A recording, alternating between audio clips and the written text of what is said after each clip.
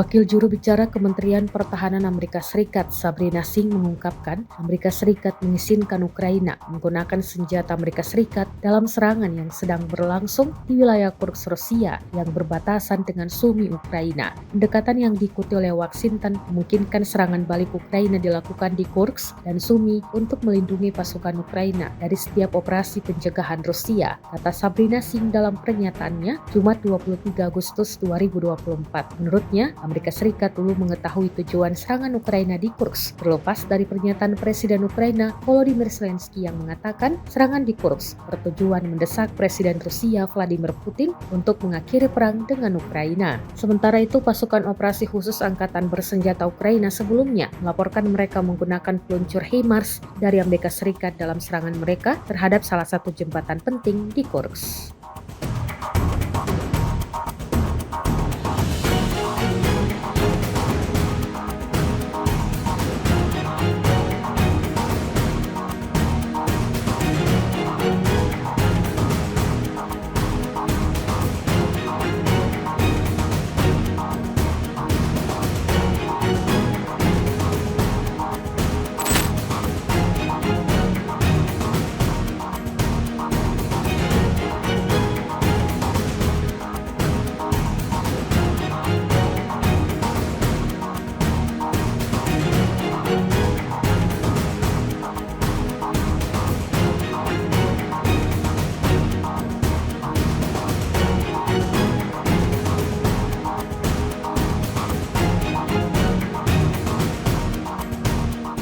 Download Tribun X sekarang, menghadirkan lokal menjadi Indonesia.